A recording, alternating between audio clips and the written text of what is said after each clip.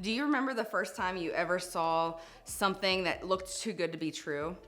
So, my husband and I were doing some home repairs in our first home, and I had to do some puttying jobs. I say it that way because I had never done puttying jobs before. And I saw this type of putty at a hardware store, and on the barrel it said pink when applied, white when dried. And I thought to myself, the future is here, people. And so I bought it and used it, and it is miraculous. It was like the old ways had gone and the new was here.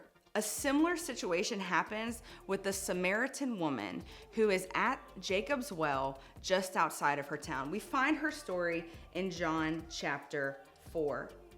Jesus meets this woman, starts speaking to her, and she doesn't understand what he's saying. It's like he's saying stuff that has never been said before. Because what Jesus is doing is he's speaking about things of God's kingdom. But what's interesting is just the fact that he's speaking to her is a mystery enough. You see, at this point in time, in history and in culture, Jesus was doing something that was probably a little inappropriate. Jesus is speaking to this woman, and what he is offering her and saying that he will give her living water. This is something that is unknown. This is something that's never been heard of, and it's beyond what she could even imagine, because in her life, she has been dismissed, disowned, and turned away from all other people. No one wanted much to do with her. And we know that because of the situation she's in. At the well, in the middle of the day, it's hot, she's alone. There's a really good chance that she has no hope.